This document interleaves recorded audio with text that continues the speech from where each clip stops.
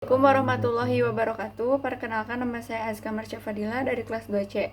Di sini saya akan mereview materi pertemuan ke-9 yaitu mengenai sifat melawan hukum yang diberikan oleh dosen Profesor Dr. Hajah Heni Nuraini SHMH beserta asisten dosennya yaitu Dr. Emrendi Aridayandi SHMH. Nah, sifat melawan hukum merupakan unsur objektif dari tindak pidana karena merupakan penilaian terhadap perbuatan dan bukan pada pelaku. Suatu perbuatan dikatakan melawan hukum apabila perbuatan tersebut masuk dalam rumusan delik sebagaimana dirumuskan dalam undang-undang. Nah, perbuatan yang memenuhi rumusan dalam undang-undang tersebut tidak selalu bersifat melawan hukum sebab mungkin ada hal yang dapat menghilangkan sifat melawan hukum dari perbuatan tersebut. Contohnya di negeri Belanda dalam Arrest Hograd tanggal 20 Februari 1933 di kota Huizen mengenai dokter hewan. Di Indonesia putusan MARI pada bulan Januari 1966 dengan kasus Markus Effendi. Nah, sifat melawan hukum itu terdiri dari dua, melawan hukum formil dan juga melawan hukum material. Yang pertama, melawan hukum formil. Perbuatan itu bersifat melawan hukum apabila dirumuskan sebagai tindak pidana dalam undang-undang dan diberikan sanksi. Jadi, melawan hukum sama dengan bertentangan dengan undang-undang tertulis. Yaitu yang kedua, melawan hukum material. Bukan hanya berdasarkan undang-undang tertulis saja, tetapi juga berdasarkan asas-asas hukum yang tidak tertulis atau living law.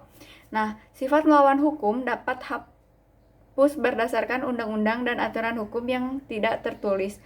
Nah, jadi melawan hukum sama dengan bertentangan dengan undang-undang atau hukum tertulis dan hukum tidak tertulis atau kebiasaan. Kesimpulannya, sifat melawan hukum dapat hapus dengan adanya alasan pembenaran.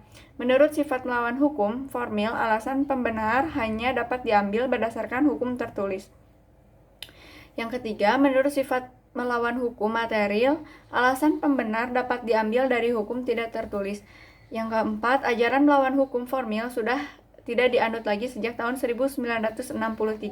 Yang menentukan adanya alasan pembenar di luar undang-undang adalah hakim. Tetapi apabila terjadi pertentangan antara hukum tertulis dan hukum tidak tertulis, hukum tidak tertulis tersebut harus dipandang adil dan benar oleh seluruh masyarakat umum. Rasa keadilan itu harus bersifat umum. Sifat melawan hukum material dibagi menjadi dua, yaitu dalam fungsi negatif dan dalam fungsi positif.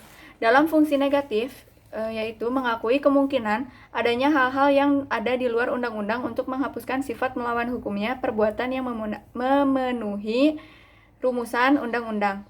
Yang kedua, dalam fungsi positif, yaitu menganggap suatu perbuatan tetap sebagai tindak pidana walaupun tidak nyata diancam dengan pidana dalam undang-undang. Nah, jadi mengakui adanya hukum tidak tertulis sebagai sumber hukum positif.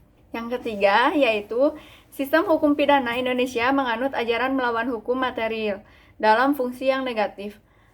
Contohnya, arrest dokter hewan.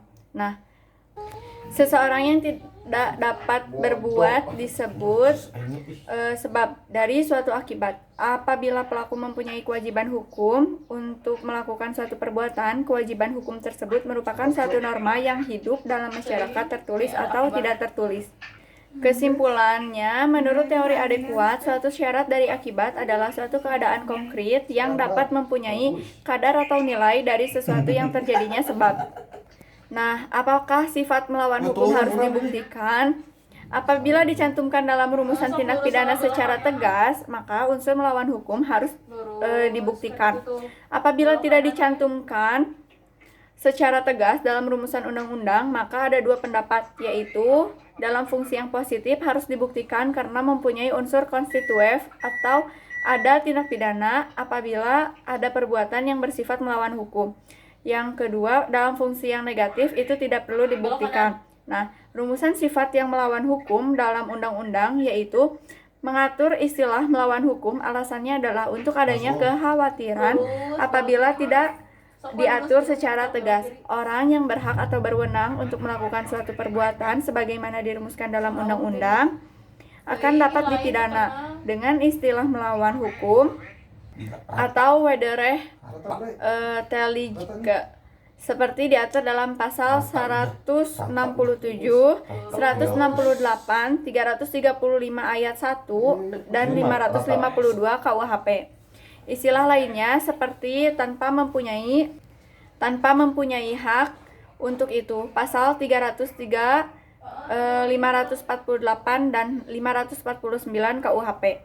Nah, istilah tanpa izin atau zonder vervoer diatur dalam pasal 496, 510 KUHP, dan juga dengan melampaui kewenangannya diatur dalam pasal 430 KUHP tanpa menghilangkan cara-cara yang ditentukan oleh peraturan umum, dan juga diatur dalam pasal 429 KUHP.